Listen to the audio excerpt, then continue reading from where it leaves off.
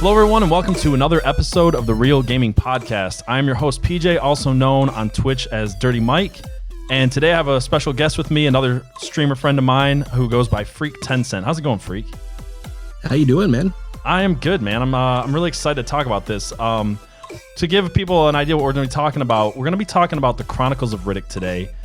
We're going to be talking about not just one movie or one game. I kind of want to give an overview of this whole thing because I think it's just such an amazing universe, and I think these games are really, in my opinion, the best kind of movie-based or movie-centered games. And I'm going to make that case. I just want to say ahead of time, if you're not familiar with the Chronicles of Riddick, you really should go check out Pitch Black. If you like it, delve into it more. There's going to be a lot of spoilers throughout this. That's the only reason I say it. But so we're going to be just kind of going through this series today and talking about one of my favorite games. One of the biggest reasons I actually even wanted to do this podcast was this game. I played this in 2004 and I loved it. I'm talking about the Chronicles of Riddick Escape from Butcher Bay. So anyway, that's kind of a brief overview of what we're going to be talking about. So anyway, how you doing, Phreek? What have you been up to, man? I'm doing pretty good, man. I'm glad we were able to get together.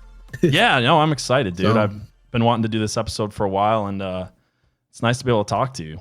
Where can people find you real quick before we get into this? Twitch.tv/Phreek10Cent. Yeah, Phreek with Twitch, PH. Yeah, so awesome, dude. Yeah, PH Phreek. Yeah, like PH fat. Well, I'll put a link to your Twitch in the show notes and stuff like that. And if you're listening to or watching this on YouTube, I'll be able to put that there in the description. So if you guys want to check out Phreek, he's a really awesome streamer. Definitely give him a follow. I'm really looking forward to you starting to stream again. I heard you talking about wanting to stream Fall Guys, which I still haven't bought. I really want to. Oh yeah, man. That game looks like everybody a freaking playing blast. It, man. Yeah, I know. I've been watching a lot of streamer friends play it, and I'm like, I've got so many things I'm trying to do right now. Yeah. I was watching Swag the other night. Oh, yeah. Swag Panda, I just had him on the last episode talking about Spider-Man, and he's been streaming that quite a bit. And I think Tentacle Princess, who I had on an earlier episode, is also streaming it. But I've been trying to mostly stream these games. So if you guys want to see like a preview of the games that we're going to be talking about in this podcast, I do stream them on my Twitch channel. It's twitch.tv/DirtyMike_TV. And that's been most of my streaming right now just because work has been crazy. I've been working like 70 plus hours a week. And really, I've only had time to kind of play some of the games that I'm going to be talking about. So lately, it's been Butcher Bay and a little bit of Dark Athena. So, but anyway, to get into the movies, I wanted to ask you when you were first introduced to. Well, no, let me go back. I wanted to tell you guys kind of about these movies. So, Riddick is a character, obviously, in a larger story that starts off with Pitch Black. Pitch Black came out in 2000. It was directed by David Twohy, who I didn't really know who he was before I started doing some research. He wrote a lot of really great 90s action flicks that I had seen growing up. I didn't even realize it was the same guy. Some real classics. Yeah, he wrote The Fugitive. He wrote Terminal Velocity, which I remember that movie fondly, but don't know anything about it. I kind of want to go watch it again now. He wrote Waterworld, which I know is supposedly terrible, but I loved it as a kid. So I love that movie. Haven't seen it since I was a kid. I definitely like this guy's style. He wrote G.I. Jane. And the only movie he directed before Pitch Black was The Arrival, which is actually a pretty good film. Arrival, I love Arrival. That's a good one. That's Jodie Foster, right? I haven't seen most of his movies in a while. That's a classic movie, man. Oh, yeah. Like David Twohy wrote so many of the stuff I watched growing up as a kid because I watched all these action movies with my dad growing up. And he really wrote a lot of these and directed at least one of them. So Pitch Black was his second movie he directed. So, but yeah, Pitch Black, it's like a science horror thriller. So basically you start off with Riddick or you start off with this group of people that's traveling through space. They take on some type of comet damage and they end up on this planet that is always light. And then it turns out it's always dark. And Riddick is this like convict. He can see in the dark, which is a pretty cool thing we're going to be talking about. And all these aliens that kind of come out that can only see in the dark. And it's kind of like a B horror film or a B sci-fi horror film. It's got a little bit of a lower budget. It's not quite that low. But it's to me the best of the cheaper budget sci-fi horror films that I've seen. I don't know. What do you think? Yeah, it's definitely a lower budget movie. It's kind of an interesting movie to set the whole, because originally I don't think they were really planning on making it a franchise. No, it seemed like a one-off. There was a lot of mystery. Yeah, there was a lot of mystery surrounding the characters. It wasn't really fleshed out as far as I know, other than Riddick's character, and there being just a lot of mystery around his character, not knowing who he was, thrown into a situation that was more of a horror movie, like you were saying. It's definitely like it's a horror movie essentially. Yeah, so this movie only had a $23 million budget, which is a lot smaller than the other movie. It's not like a super small budget, but it's smaller. It shows it at times, but it's really good. And you said it not being like fleshed out fully, like not being a franchise kind of in the planning, which is true, because here I'm going to give you guys a bit of a spoiler here if you haven't seen it. The whole story arc kind of revolves around Fry almost more than Riddick as being a main character. Like, it really is about her redemption. And in the original version of the film, because Fry dies in the end of the movie, in the original version of the film, they actually have Riddick die. So I'm really glad they didn't do that. It actually makes a lot more sense that Fry, was going to sacrifice and kill everybody, and then she decides that they're all worth dying for. So it really is kind of an arc about her more than Riddick. Yeah. But yeah, it's that scene probably it isn't sits with me. Yeah, it's interesting that this set up like a huge Riddick thing. I think it's just like Vin Diesel was kind of this action star that they were looking for. Now that Stallone and Schwarzenegger and all these people like kind of were on the out, and he's just kind of filled in that role. Like, because after this you have XXX, you've got Fast and Furious, and just I don't know, like all these different movies that he was in. So it really kind of, this is the movie that really set him up. Like, he was in Saving Private Ryan before this, but he dies like right in the beginning. That. Yeah, yep. I didn't even know, like, I'd seen Saving Private Ryan, but I had forgotten he was in it until somebody pointed that out to me, and I went back and watched it. I was like, oh yeah, he like gets taken out by a sniper in like the first 20 minutes of the movie. Oh yeah. Yeah, I think that was the first like big movie he was in, like some indies before that. But this is like really what set him up as the action star that everybody knows him as now. What was your opinion on Pitch Black? Did you see this movie when it first came out? Were you a fan right away? Right when it came out. I remember when it came out. I dug it, but it was something that like I never went back to. I watched it. It was like a one and done to me. Sure. And, okay. So, I mean, it was okay to me. Yeah, I don't think I didn't revisit it until the sequel was coming out. Yeah, it was a little different for me. I didn't see this movie when it first came out. I think it was because of the hype around the sequel that I wanted to go back. I wanted to watch this. And I really liked it. I dug it. I was a pretty big fan of, like cheaper sci-fi horror films at the time. I was like I was 9 years old when this movie came out, but I was probably about like 12 or whatever when I first saw it. And I remember the trailers for Chronicles of Riddick, the sequel to this, which takes the whole franchise in this really different direction. I remember being really stoked about those.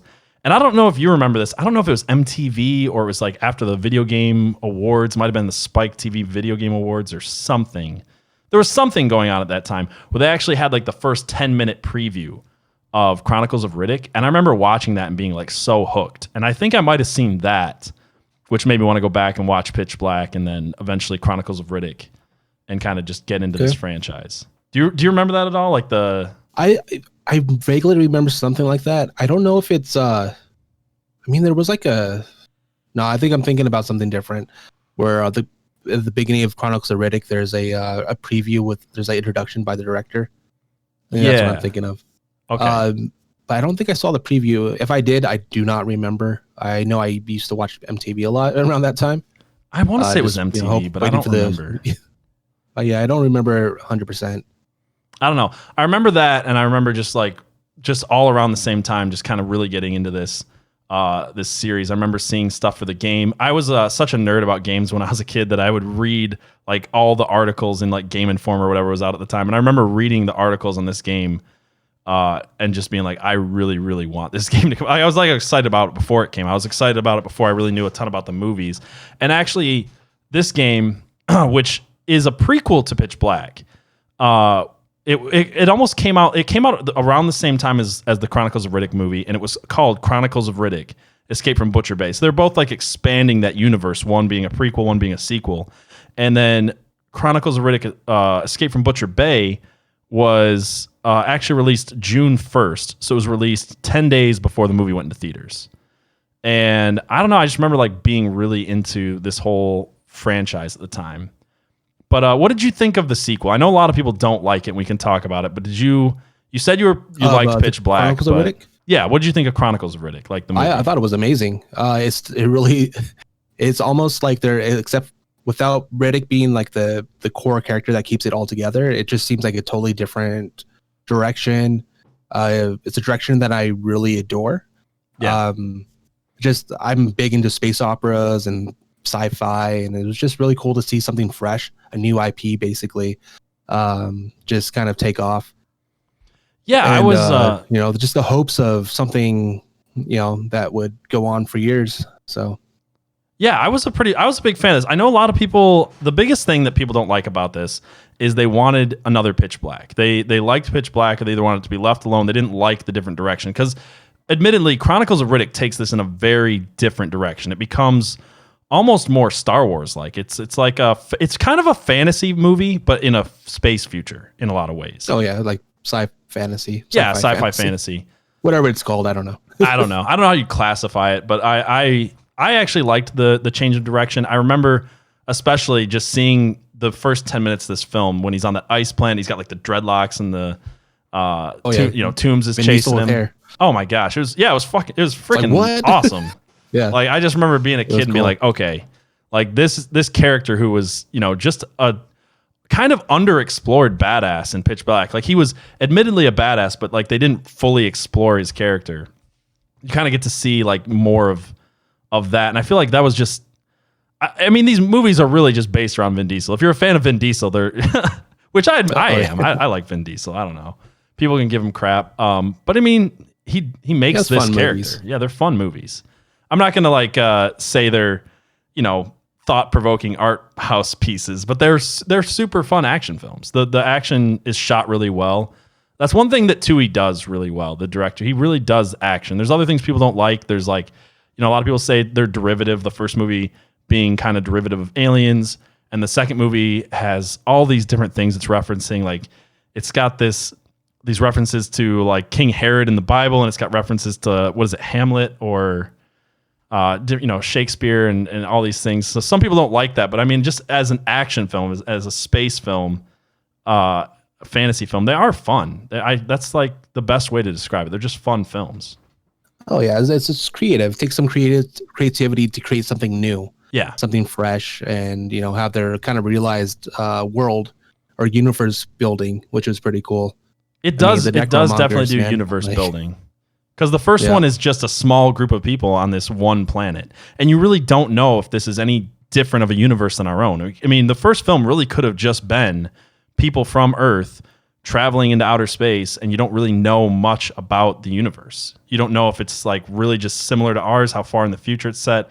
And when you get into Chronicles of Riddick, you can see that they are doing all this universe building and creating something very different. There's like elementals, like you said, necromongers and more aliens, and it's very different. It creates more of a, like I said, kind of more like a Star Wars style universe.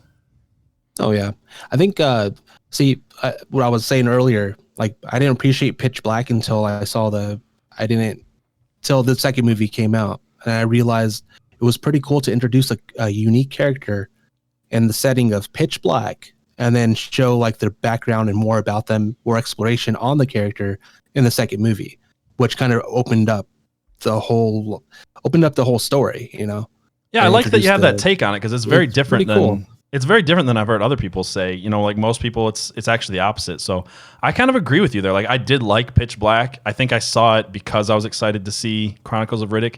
But I did like it, and I liked. Maybe it's just because I knew where it was going. But like I really liked the whole franchise.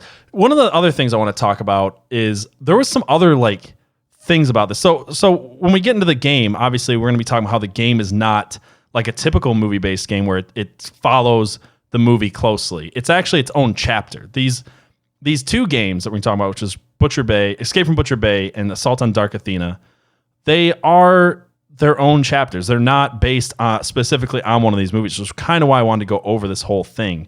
But one of the things I found in researching this is I didn't know that there was like other little weird things for fans. Some of them aren't very good. I don't know if you watched Pitch Black. Did you watch that? Yeah, actually, since we were talking about it, we were planning on doing this. I did watch it. Yeah, I watched it too. I was able to find it, and it's pretty easy to find on like YouTube and stuff. Yeah. Oh yeah. So for people who don't know, Into Pitch Black was like this really, really cheap sci-fi original prequel-ish. No, sequel, prequel. It was basically like promotional material for Pitch Black on the Sci-Fi Channel. And I have to say, it's really not worth watching. It's like 40 minutes long too. It is, yeah. I would not suggest it. I would not suggest it. It changes a lot of the things that like you'll come to find out about Riddick later. It kind of changes some of his backstory.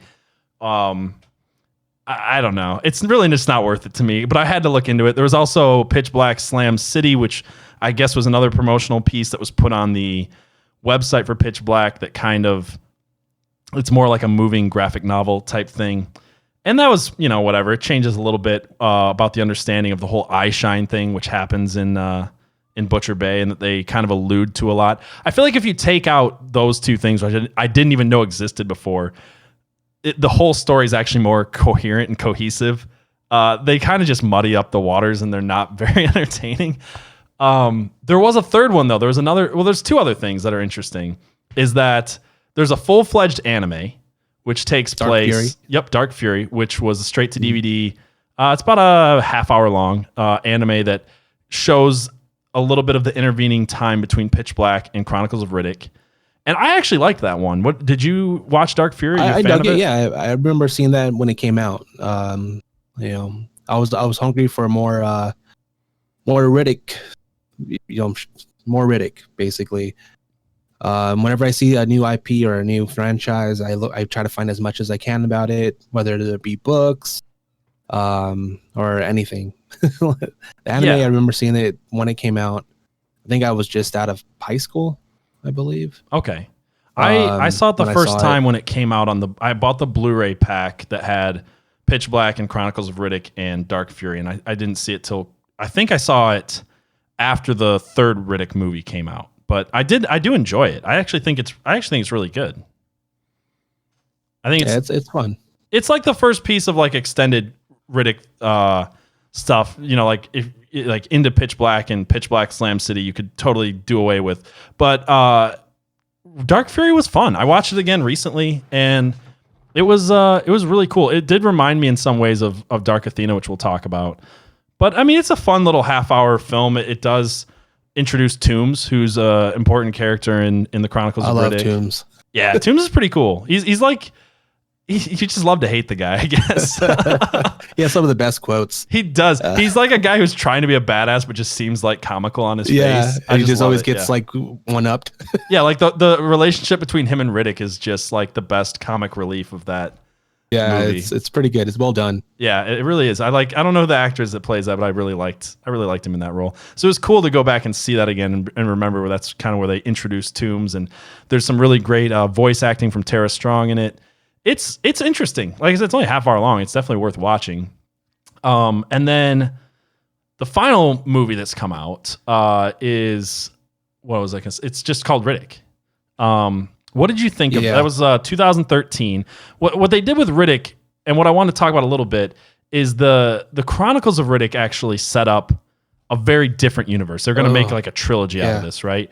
And if you watch the director's cut, especially, which I think is the best way to watch it. Cut. Oh, for sure. It definitely is. Like, it's one of those things that it's not just like, oh, they added stuff, but I didn't notice. It's like, I remember watching the director's cut and then trying to go back to the theatrical. I'm like, they cut out all of the stuff about Fury, like all of the stuff, like it changes everything. Yeah, they cut out that whole Rastafarian chick, and it changes the story quite a bit.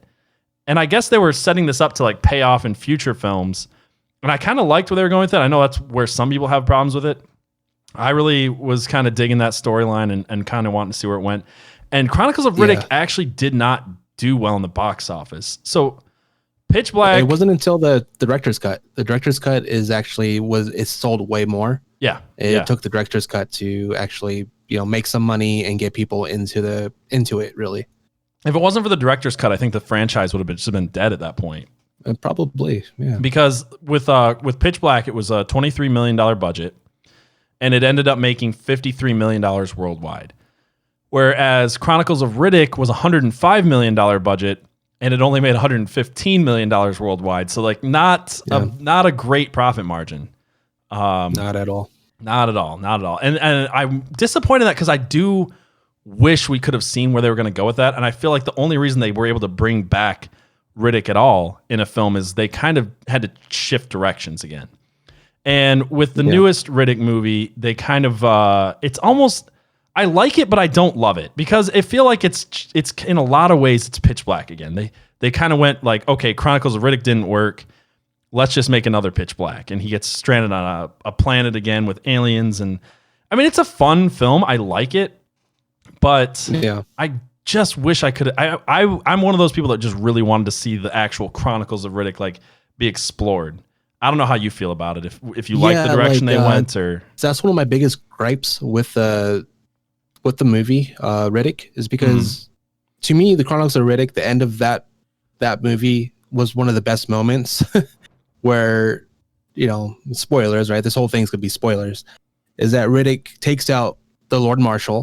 Yeah. And at the end, he sits on the throne. You keep what you kill. So he essentially becomes the leader of the Necromongers. He becomes the new Lord Marshal, which I thought that was one of the moments where I was like, holy hell, like this is amazing. I honestly didn't see it coming, and I feel like I should have, but I was very excited about that. And then when it comes to Riddick, it pretty much they just they still bring back Carl Urban's character Vaco.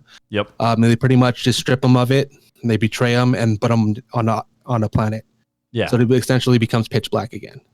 Yeah, it really does, and it's it just kind of was disappointing. The direction they could have went with it. You learn about his Furia side, and it was just there's a lot of cool moments in the Chronicles of Riddick that they just kind of push it aside. I guess they explore a little bit more of the Furia, but I don't know. A little. I feel like what they did with Chronicles of Riddick is they expanded what was such a small universe, and they brought this full-fledged, huge fantasy sci-fi universe that I personally liked a lot. I know not everybody did, but I don't care. I loved it. And I wanted to see more of that universe, and when they went to Riddick, they just shrunk it all back. They just brought it way back down, scaled it way down, and it was a fun sci-fi horror film again, but it wasn't what I was looking for. It didn't add really anything to the story. Like by the end of it, it was like, okay, it was a fun ride, but I don't know anything more. It didn't do anything to advance the plot. And there was such a huge gap between these movies too. So you're talking Pitch Black coming out in 2000. By the time you get to the third film, it's 2013. We're now in 2020, and they're talking about making a fourth film. I don't know if it'll happen. The last thing I read is that it's still going to happen, but I mean, with COVID and everything, things are all, whatever. Yeah. I think the last time they said anything about it, I think Vin Diesel tweeted about it in 2019. So it sounds like it's still a possibility. There was also him tweeting about, for years, off and on, sounds like maybe on, maybe off, a TV show that's kind of an expansion of the Riddick universe called the Merc File. Is that what, am I getting that right? I don't know if I have that in my notes. Oh, yeah. Merc City. Merc City. Right? Yeah. Am I getting this right? I don't know why I can't find it in my notes right now. But something like that. Merc something.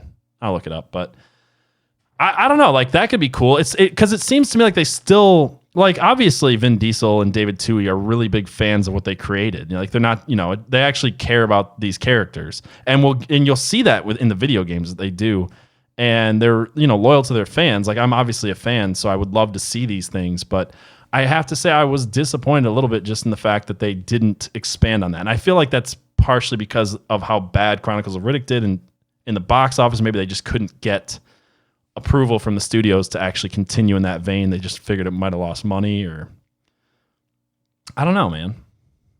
Yeah, see, that's what's crazy is that I didn't realize that the Chronicles of Riddick did bad until way later. I thought it was, to me, it was good. I didn't realize it did bad till literally researching this episode. I always thought it just did well. Like I loved it, and I knew a lot of people that loved it. I can't believe it did so bad. Yeah, I find that a lot nowadays. Movies I grew up with, that weren't really well received. Yeah, I think another one was like Face Off or something. Didn't do Face very Off well. was Face Off not well received? Face Off is like, I don't think so, dude. You're probably don't right, think but so. I love Face Off, dude. Dude, Face Off is a classic, dude. It really is. Like, Face Off. I think I talked about this on an earlier episode. It's like, as over the top and weird as Nicolas Cage can be, it worked out so well for him in Face Off, and that movie's just great. Like him and I don't know. I love that movie. I'll defend it, but I can't believe that movie didn't do well. I don't know. I do get surprised sometimes by movies that don't do well. I thought this one had a really big marketing campaign, and on top of that marketing campaign, they had the video games. I mean, Chronicles of Riddick for the Xbox, Escape from Butcher Bay came out 10 days before the film, and by all accounts, this was a great game. Do you want to get into the games, or is there anything else you want to talk about with the movies? Because I feel like this would be a good time to kind of bring that up. We could go right into the game, man. It's like probably, honestly, the game is probably my favorite part about the whole franchise. Yeah, I actually think it is for me too, which is weird because like on this podcast, you're not going to see, I don't think we're going to be able to talk about enough games that are truly great, because there's a lot of, like obviously the thing with movie-based games is they're generally kind of not as good, and we might still love them. And I always want to say I grade them on a curve a little bit because they expand or add to or let you live in that movie universe more. But I don't feel like this game needs to be rated on a curve at all. This game is entirely on its own a fantastic game. Whether you had ever seen the movies or not, like Escape from Butcher Bay is just a great game, and so is the sequel. But this game got a 9.3 out of 10 from GameSpot. And one of the things they said is it's easily one of the most impressive games on the Xbox and seems destined to be remembered as the most inspiring collaboration between Hollywood and the gaming industry yet. And that's what's so cool is like they actually took, like, this is like the perfect melding of Hollywood and video games. And that's why I love this game so much. And even without that, it's just a great game. I don't know. It definitely is. This is like probably the first game that I, other than, Splinter Cell, I wasn't really too stealthy. This game forced me to be stealthy. Stealth, you die in a lot of spots. Oh, so, for sure. And I'm a gung-ho player, man. I'll run in there, guns blazing. You can't do that with this game when it's in a lot of the sections. So it really taught me to love stealth games, and like appreciate, stealthing in a game. Yeah, so. For sure. This game had some really, really great stealth elements. It had some really great shooting elements, had great brawler elements. It was kind of an open, not open world, but it had a lot of, like you could play this game at certain times. Like it was linear enough that you didn't feel lost, but there was enough you could do and change about the world around you and the people you could interact with and the secrets you could find to make it not feel rote and boring. Like, the stealth aspect, it's funny that you brought up Splinter Cell because one of the games they cited as being an inspiration for how they made this game actually was Splinter Cell. And I'm a big fan of Splinter Cell. I'm a big fan of stealth games in general. I'm not sure when I really first got into stealth games. It might have been with this as well. I think I played this game before I played Metal Gear Solid and before I really got into Splinter Cell. So I think this game, because it does the stealth so well, because you really feel like a badass when you're hiding in the shadows and you pop out and like stab some guy in the back or whatever. It makes you feel so much like the character. It makes you really feel like the way that Riddick is in the films, where he can use his Riddick vision, which you do get at some point in this game, and he can like just completely surprise people. And I feel like this is one of the best examples of a game that makes you feel like you're really are that character. You know what I mean? Yeah, it makes you feel like a predator. Like what's interesting about the Escape from Butcher Bay and even the sequel, they really live up to how they, like in Pitch Black, you don't know much about Riddick, just that he's a predator and he's he's like a predator. This kind of shows off that, which is pretty cool to me. They show, I don't know. Never mind. No, I get what you're saying. Like, I feel like the one thing that's interesting to me about the movie still, and I was thinking about this as I was doing a rewatch of them recently, is that you never really, really know what it is about Riddick that, he's a badass, but you never really know what he did to get this reputation prior to all of his prison break stuff. Like, it almost seems like whatever he did to get put in prison is not as bad or makes him as much of a badass as what he's done to get out of prisons. So like to put it in perspective, they talk about Butcher Bay a little bit in both the films. I don't think they call it Slam City in Pitch Black. I don't think they ever say the name Butcher Bay. They do say the name Butcher Bay in Chronicles of Riddick. But they kind of talk about him, getting his eyes shined and him breaking out and all these things. And Johns is always talking about what a stone cold killer he is. But in so many ways, he is an anti-hero. Like, he's not really a good guy, but he definitely does a lot of heroic things. And you definitely see this character development where he becomes more of using like whatever a badass he is for good in most of them. I feel like in the third movie, it didn't focus on that nearly as much as the first two. And that was another disappointment with the third movie, is I felt like his character arc just kind of went back to, there's no morality in it anymore, It was just survival at that point. And it was, like I said, it's a fun film, but it really just falls flat in some ways as far as that. But anyway, I guess what I was saying is, like, you get to see Riddick being at his most badass. You get to see kind of what gave him his legend, but I still kind of want to know and see at some point, like, what did he do to ever get locked up in the first place? I don't think they ever really tell you. I don't think so. Yeah. Yeah. I don't know. Like your perspective where you're saying that to escape these places, it's not the first place. He's known for escaping prisons. Yeah. Is that he's more of a badass than that, and probably what he's locked up for is not as, Yeah, I mean, who knows? I mean, maybe he just killed a guy in self-defense and got locked up, and then he just, found out he's really good at escaping prisons, and then all the the guards and inmates and stuff he's killed is what's given him his name. But it really almost feels like that. I guess that at some points they make references to him being a mercenary before he was in prison. So I don't know what he did as a mercenary that got him his reputation or his title or got him put in prison. They don't really tell you, as far as I know. I really can't think of it. I did rewatch all these movies and play the games again over the last 2 weeks. There's so much content. There's a lot of content, so I could have missed something. But definitely. I think that the only reference they make is he was a mercenary at some point. He spends a lot of time in the penal system. He breaks out of a lot of prisons and kills a lot of people. But it seems like he mostly kills. He's kind of like, I don't know if you're a fan of the Hannibal books or movies at all. Oh, hell yeah, dude. Like, one of the things that I don't think a lot of people realize is they kind of make reference to this, especially in the books. Like, Hannibal's not a good guy at all, and there's definitely elements of Riddick that are meant to be kind of Hannibal-like. They do talk about him kind of being a cannibal at some points, especially in Pitch Black. They kind of went with that angle a little bit. It didn't really say much. It was kind of hinted at. And then with Hannibal anyway, what I was going to say is Hannibal doesn't generally kill good people in the books or the movies. Like, he mostly kills other bad people worse than him. It's almost like Dexter before Dexter. Like, Dexter wasn't, like a lot more thought out in that, and Hannibal was more, he would, I guess the way they described in the books is he preferred to kill bad people, but he was obviously a serial killer. He's going to kill people. But that's kind of almost the way they make Riddick out to be, is like, he doesn't mind killing people, but he would prefer to kill, kind of bad people. They set him up in Chronicles of Riddick. I think one of the taglines for the movie was, what did they say? Like, a bad guy fighting evil. So it's like, or evil versus evil, or evil versus worse evil. Something along those lines. Like, basically saying this guy's not a good guy at all, but the guys he's fighting and killing are so much worse. And they definitely have an era of he's just a straight up stone cold killer. For sure. There's no proof of him in the movies or anything that he does kill innocent people. Like, he's not just going to kill, a family, just for nothing.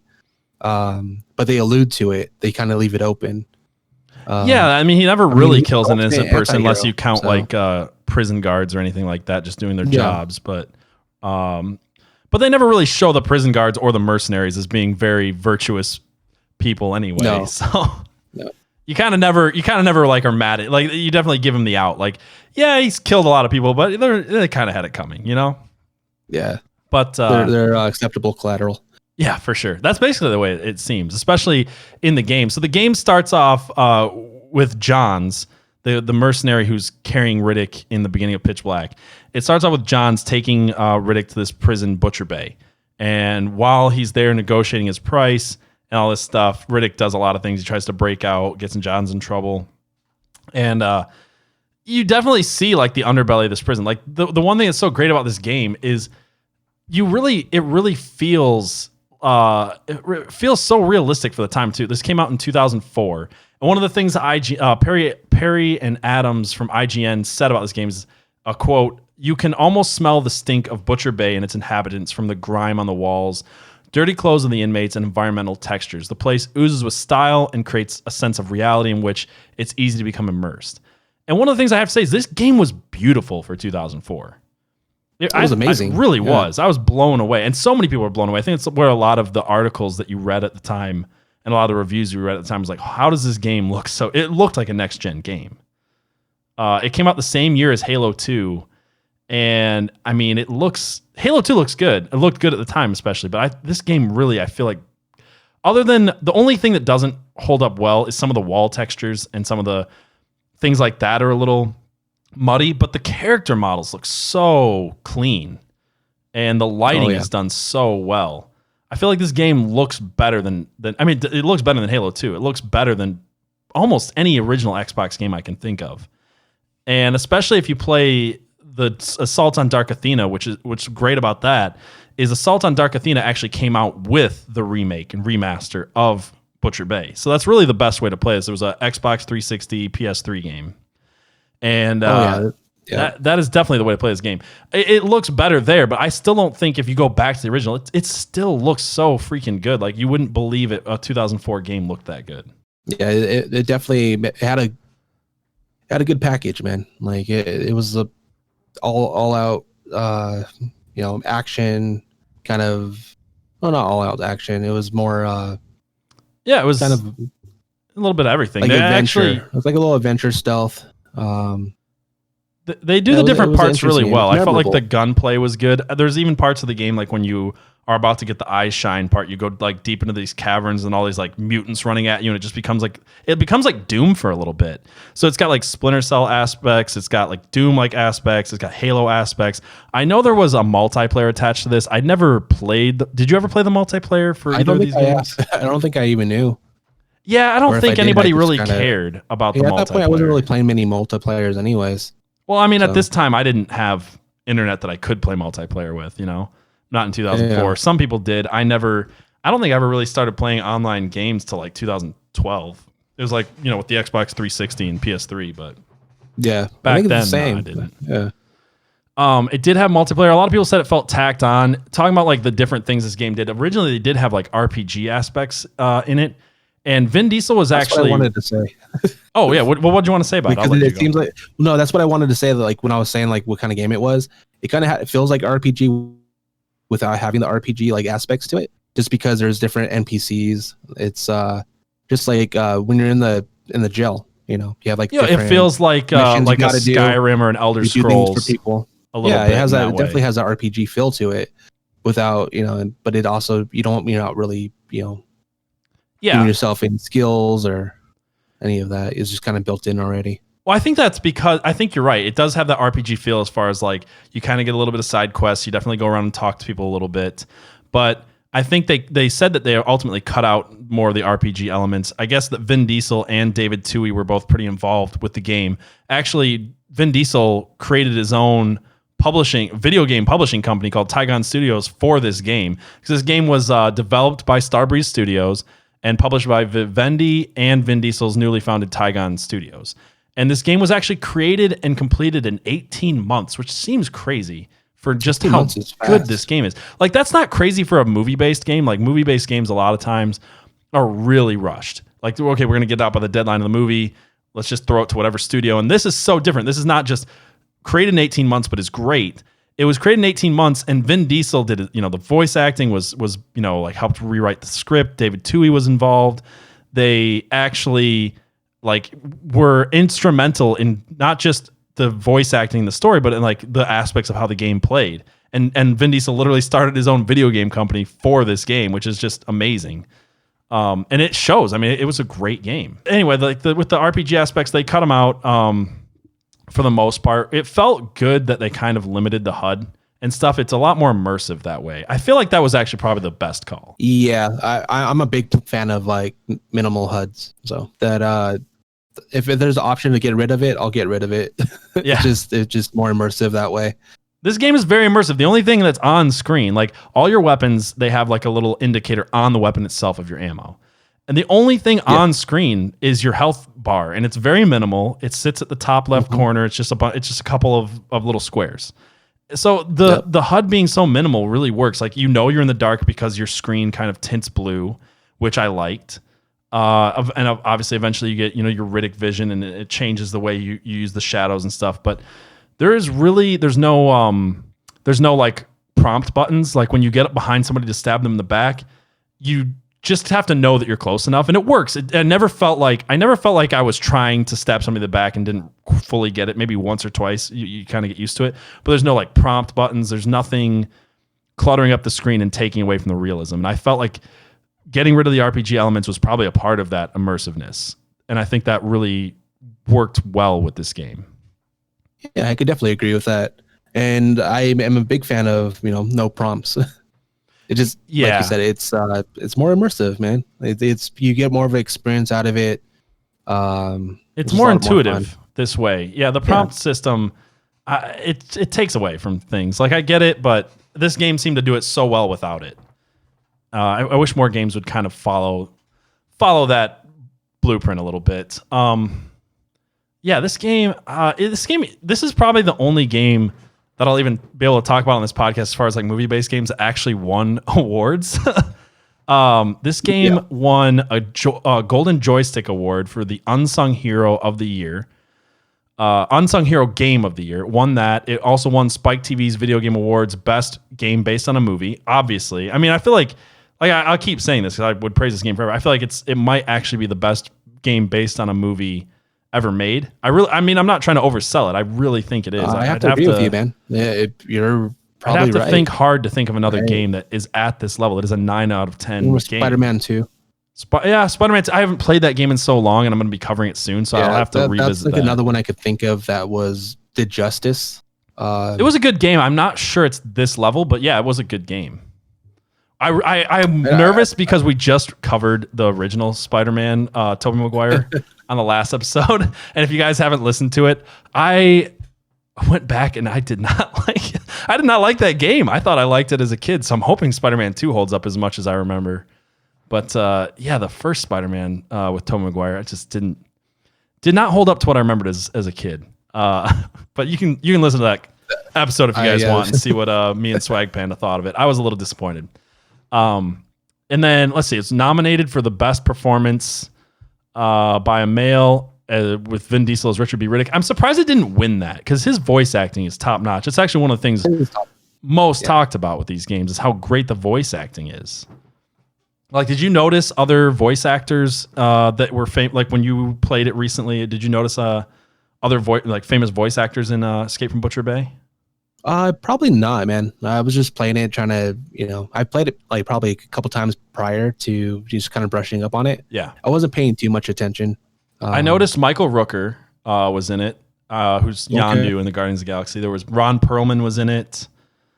I mean, obviously Cole Hauser does John's. There was a few others, but those were the two that stuck out to me. I definitely remember Ron Perlman and Michael Rooker. Perlman's there's a underrated voice actor. Who is? Ron Perlman. Yeah, he's actually a really good voice actor. I'm not the biggest fan of him in movies, but as a voice actor, I think he's pretty good. I'm not a huge fan of him either, but I think one of his biggest parts that I love that he voice acted is Afro Samurai. Oh, really? I've never actually seen that. I've never seen Afro Samurai? Mm-hmm. No. I highly recommend it, man. It's just as Samuel L. Jackson as Afro. It's like anime. I know. I'm familiar with what it is. I've just never seen the cowboy guy. Okay. Like the main villain, Ron Perlman, does his voice in such a creepy Southern cowboy voice. It's amazing. I still feel like Ron Perlman, to me, I only ever really liked him as Hellboy. I can't think of a lot of other stuff I liked him as. You know what? I probably agree with you on that, man. Yeah, I don't know. I used to have a friend who hated Ron Perlman so much. It was almost unjustified how much he hated Ron Perlman. And I remember we were watching Conan, the newer Conan movie, and he's like, "This is fucking bullshit." Yeah. Why is Ron Perlman in this? I don't know. I don't hate him that much. I don't think he's that good though. But I mean, he is actually a better voice actor. I feel like he's kind of like Mark Hamill that way. Like, I know that'll sound unpopular to say. Like, Mark Hamill outside of Star Wars never really did anything, but he's a great voice actor. You know? Yeah, I agree. I can't think of anything he acted in outside of Star Wars that was good or that even did that. I mean, much. he was in Jay and Silent Bob Strike Back. Yeah. When did he just play himself? As the though? cock knocker. Oh no, he didn't. Yeah, I don't know. I haven't seen that movie in a long time, so I barely remember it. Let's see other awards this game was nominated for: Outstanding Character Performance Male again. It was nominated for the Best Action Game from the British Academy Video Game Awards, and it was nominated for the Best Xbox Game. But it did win Unsung Hero Game of the Year and Best Game Based on a Movie. It definitely deserved Unsung Hero Game. I mean, this game still to this day, I feel like, is not remembered or looked at. Maybe it just wasn't. Maybe it just didn't sell as well. It seems like it sold pretty good. Let me see. There's I have some notes here about how it's sold. It was listed. IGN ranked Butcher Bay the 12th on its list of 25 greatest Xbox games of all time. Game Informer placed it as the 8th best on the list of 25. It sold. I'm trying to find out where I have these notes about it selling. It sold really well, though. It sold way better than I thought it did. I'm just trying to find it in my notes. Yeah, because the Xbox version of this game sold 159,000 copies by August 2004. So within 2 months, sold 159,000 copies. And I guess it was among one of the best-selling games on any platform of that year, which is pretty crazy considering it's a year that Half-Life 2 and Halo 2 came out. It was later re-released as a Platinum Hits title. Didn't sell as well on the PC, sold about 32,000 copies over 6 months. But that's still pretty good numbers for this game. And I feel like whenever I talk about this game, people are like, oh, they know about it, but I don't know a lot of people. I think you're the first person I've talked to that loves this game like I do, that's played this game.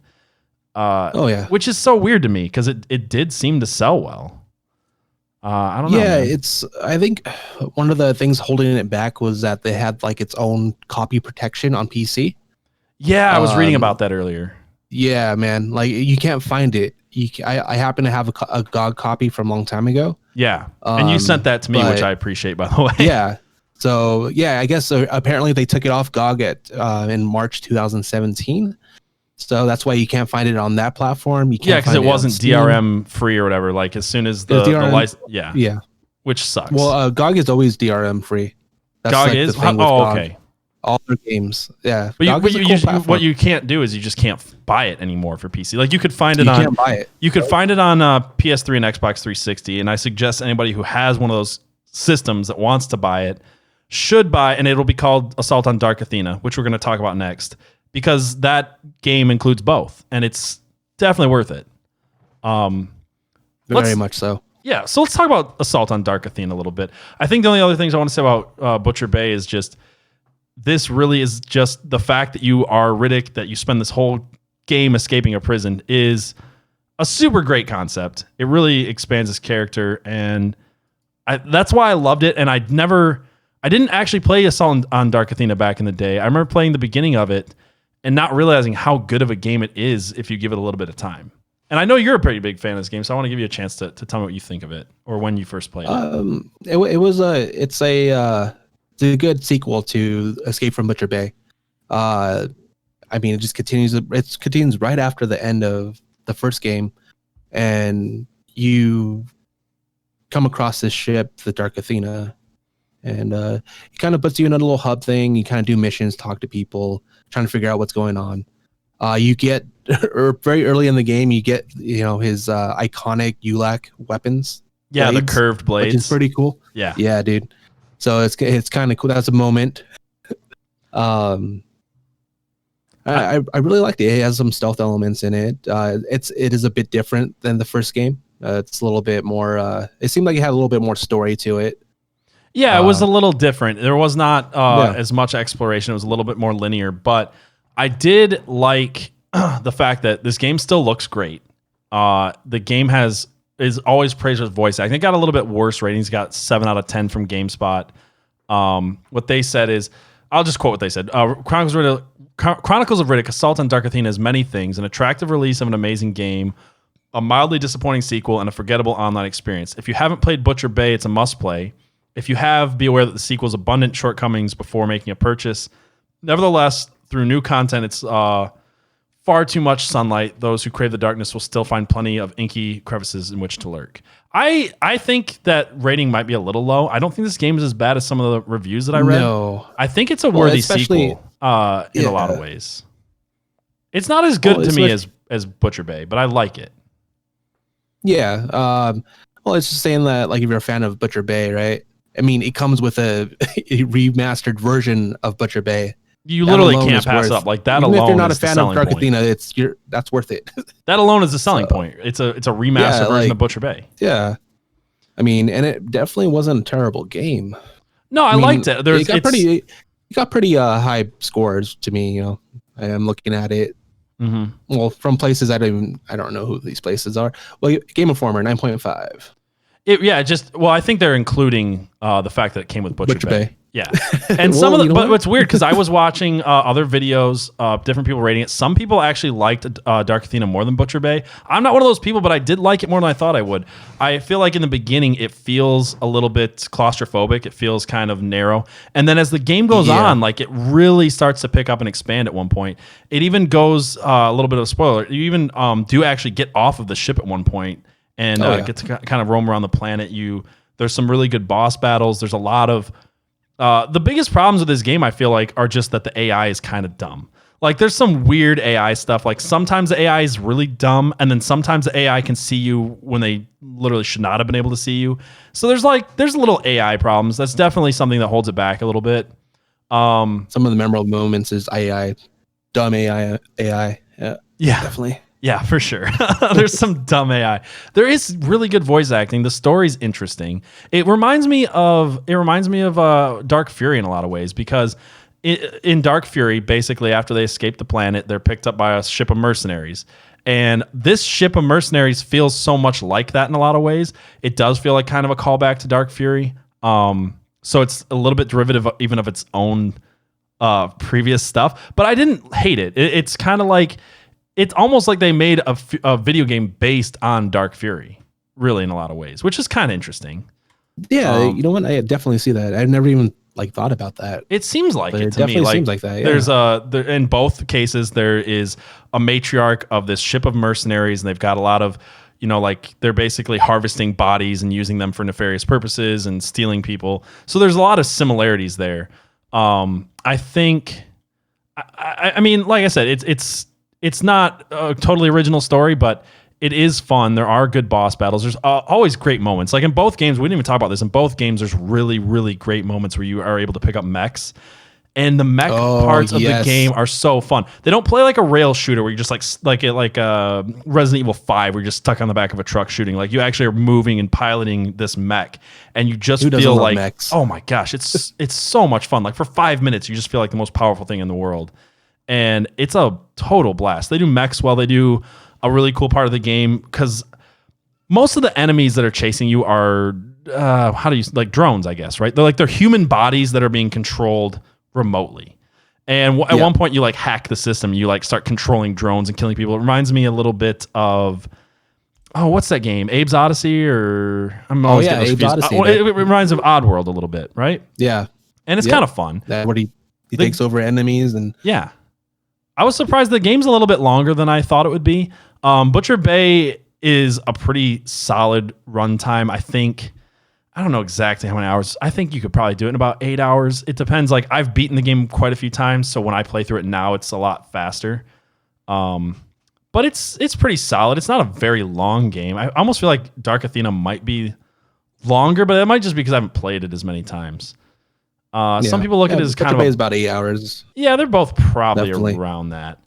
Dark Athena, a lot of people look at it as a bonus chapter, and if you look at like the reason I'll defend it is if you like Chronicles of Riddick Escape from Butcher Bay and you get Dark Athena with it, it's a pretty solid bonus chapter. And if you end up really liking Dark Athena, like you can't go wrong. It's two full games with beautiful graphics, great voice acting, lots of stealth and exploration. They are added on chapters to the Riddick universe that you won't get from seeing the movies. So they are their own stories in a lot of ways, especially Butcher Bay, more than Dark Athena, I would say. Yeah, they help flesh out the legend that is Richard B Riddick. So I was talking with Amber about this a little bit on the episode about about Blair Witch, and I want to get your opinion on like what you think about games doing this, like Hollywood and games working together to not just create a remake or a playable version of a movie, but actually creating new chapters. Because like in a lot of ways, Blair Witch, well, in all ways, Blair Witch is not based on the movie; it's based on the movie universe. Whereas these games are the same way; they're not based directly on the movie; they're based on the universe, and they add their own chapters and they expand the lore. Is that something that you like? That you would like to see more movie-based games do? I honestly think it's probably a better way to go about it than trying to, kind of put out a fast kind of like a scene for scene remake and then add in a bunch of a movie that you've already seen. Yeah. I mean, I think when they do that, they put a little bit more time into it. They don't have the rush of the deadline and trying to get it out with the movie. Mm-hmm.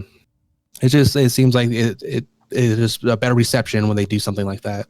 I think that's probably one of the reasons why, the Chronicles of Riddick, the Butcher Bay, Escape from Butcher Bay has done so well. It's one of the highest, video games based off a movie because they just kind of did their own thing. It's something you haven't seen before. Just some of the characters are familiar. And that's about it. Everything else is new. You're not seeing something that you've already seen, in the movie.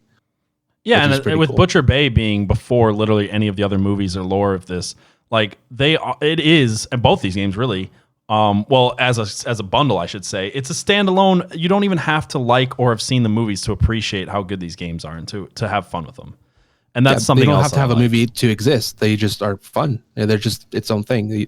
Even if there was never movies, the video games probably wouldn't exist. But if they just decided to just put everything as a movie or as a video game, it would work. I definitely like the games more because I like the movies, but I would have liked these games despite that. If I had never seen Pitch Black, if I'd never seen, Chronicles of Riddick, I would still like these. I might not have the same fondness and nostalgia for them, but then again, I might, because they are like, I remember playing this game in 2004 when I was 13 and just loving this game. I beat it plenty of times. I was very into this game. And I think it was, not just the fact that it was based on the movies. I just thought it was a really fun game. You really do feel like a badass. And it's a really good looking game. I feel like they did, like, do you have a certain memory or thing that you did in this game that always sticks out to you? Because there's one for me. I was just curious about that with you. And Butcher Bay.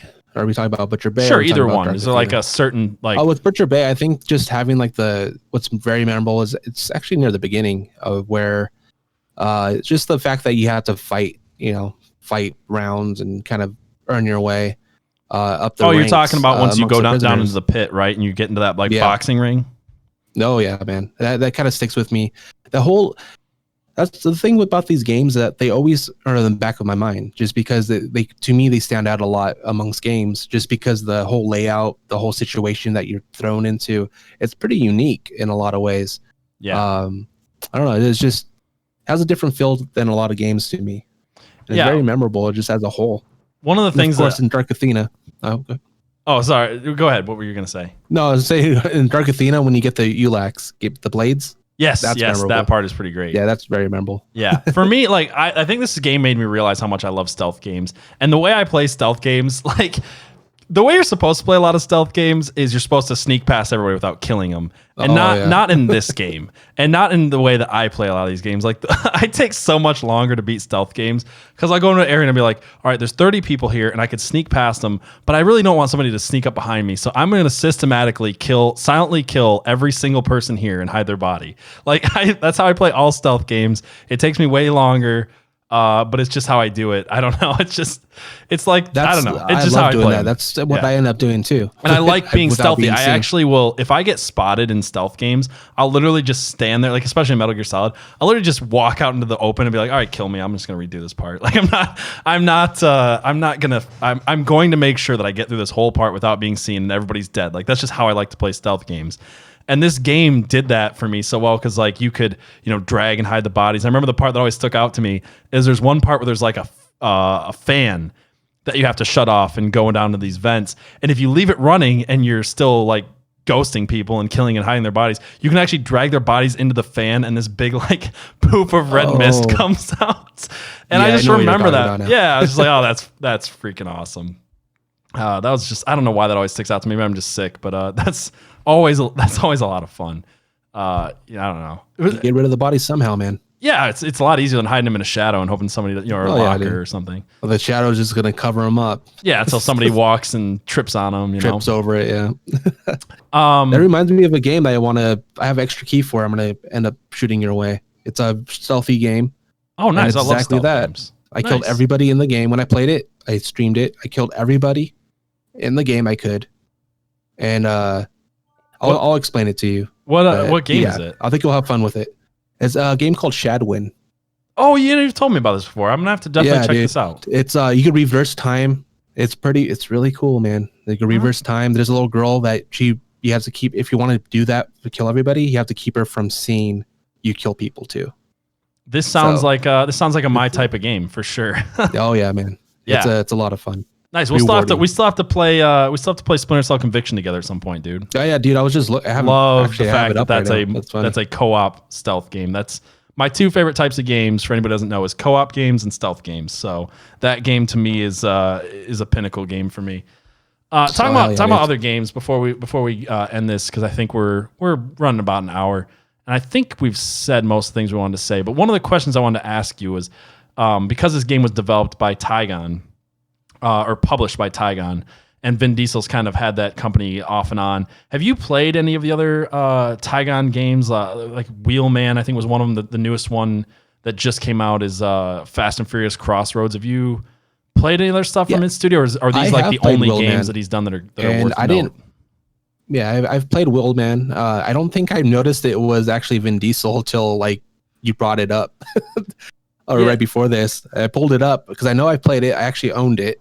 Mm-hmm. I didn't really put it together that it was Vin Diesel for some reason, or I probably just forgot, which is most likely. I know this game came out a while ago, so yeah, it's weird. It almost seems like a Fast and Furious knockoff that stars Vin Diesel in a video game made by his company. Then he finally actually just made a Fast and Furious game. Yeah, which is fun. I've heard it's pretty bad. We're gonna be covering it soon. For anybody, I've not played it yet. But did you like Wheelman? It was fun from what I remember. It's kind of like Driver. It's been so long. I never got into the Driver games. It was not memorable. So yeah, I felt like the Driver games weren't memorable, but they got a bunch of sequels and people liked them. Oh yeah, the Driver games. Oh yeah. I didn't like them, dude. I don't know. It's kind of hard for me when it comes to driving games. I'm very particular. Yeah. I don't know. Driver was a big deal on the original PlayStation, and I just could never get into it. And Wheelman looked like a modern day version of Driver, so I never played it. Actually, I was just watching, the newer return of Xander Cage, the new XXX. I have not seen it yet. Is it any good? It was on in my living room. My brother was watching it, and I looked. It came to my mind where it'd be interesting if they made actual XXX, a good XXX game, where it's just kind of like action, and you have like those breaks where it's like snowboarding or something. They definitely could. It would be something that Tygon would make, it could do well, man. Because so far, basically, Vin Diesel has his own video game company to produce games based on his movies. Yeah. So you might as well make a XXX game. Let's do it, man. Do a XXX game. I don't know if maybe there is one out. I don't know. I don't know. I don't think there is. It'd be interesting looking up XXX game. Yeah, well, that could bring up many things, especially if you're looking on Steam. Googling that one. Googling that one, steaming that one. Yeah, I don't know, man. I think that's about all. Did you have anything else you wanted to say about these games or movies? Oh, I will say this. You bring up XXX real quick. The funny thing to me is I remember around this time, Vin Diesel was like a really big star, and all of his movies did really good and created franchises, and he wouldn't star in any of the sequels. Like, he wasn't in Fast and Furious 2 or 3. I guess Tokyo Drift, he kind of showed up at the end. I was wrong about that. But he wasn't in Fast and Furious 2. He didn't do XXX 2. There was it was this. So Chronicles of Riddick came out, and everybody's like, "Oh, Vin Diesel just won't do sequels." And then he kind of does this, and now he's basically just only does sequels. I think they're on Fast and Furious 10 almost at this point. So that would have been funny if Chronicles of Riddick, it was like Dwayne Johnson instead. Yeah. Or they had Ice Cube play. Oh yeah, Ice Cube comes back and plays Riddick. Oh man, that'd be great. I don't think the second XXX movie was good from what I remember. I don't know. I never like it when they change I barely the name. remember that one. The new one, like I watched like the first like half hour of it. It seemed decent. I mean, it's stupid. Maybe I'll watch it tonight. Check it out. Junk food action, which I'm a big fan of. So awesome, dude. Well, hey, if you didn't have anything else to say, tell people again where they can find you and any plugs you want to get in, man. Yeah, twitch.tv/PHREEK10CENT, Phreek10Cent. That's about it. I stream a lot of indie games, a lot of co-op, a lot of game with this guy. Hopefully. Yeah, for sure. Yeah, we'll hopefully be streaming some Splinter Cell together at some point. So yeah. All right, man. Well, hey, thank you for coming on the podcast. I really enjoyed having you here, and I hope to have you back. I know we talked about some other games that we're both into that we'll maybe we'll do another podcast together in the future, man. Hope to have you back. Yeah, thanks for having me. Yeah. All right. Well, thank you guys for listening to this episode of the Real Gaming Podcast. If you liked this, please share it with a friend. I know it doesn't seem to take long, but it really helps if you give us a 5-star review or subscribe to us on YouTube. You can find us anywhere that podcasts are. I was about to say sold. You can find us anywhere you can listen to podcasts. You can find us on YouTube. It's Real with 2 E's Gaming. And follow me on Twitter and Instagram at Real Gaming Pod. And other than that, just thank you so much for this episode. And until next time, keep it real.